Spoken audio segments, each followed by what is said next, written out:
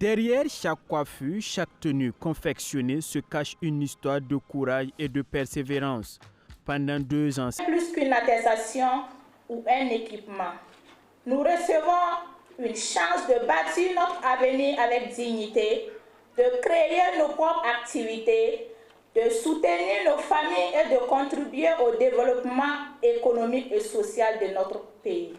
Nous avons désormais un métier entre nos mains.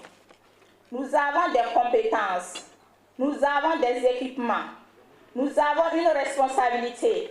À partir d'aujourd'hui, nous devons démontrer que la confiance placée en nous était méritée. Elles ont désormais les clés de l'entrepreneuriat et de l'autonomie financière.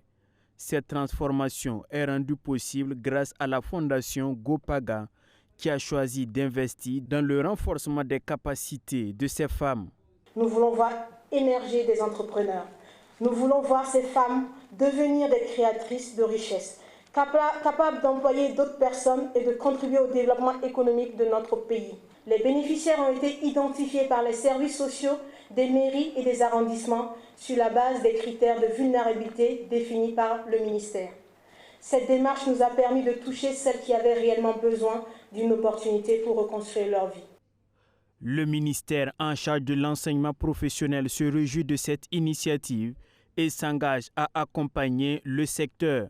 Le chef du département rassure, des politiques sont en cours de mise en œuvre pour rehausser le taux de la formation professionnelle.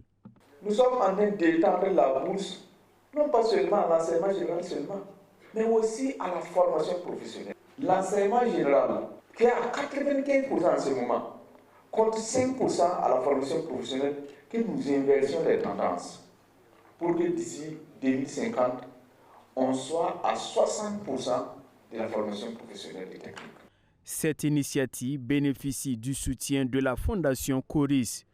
Avec cette cohorte, Gopaga démontre qu'avec un accompagnement adapté, le savoir-faire peut devenir un puissant levier de reconstruction, de dignité et d'espoir.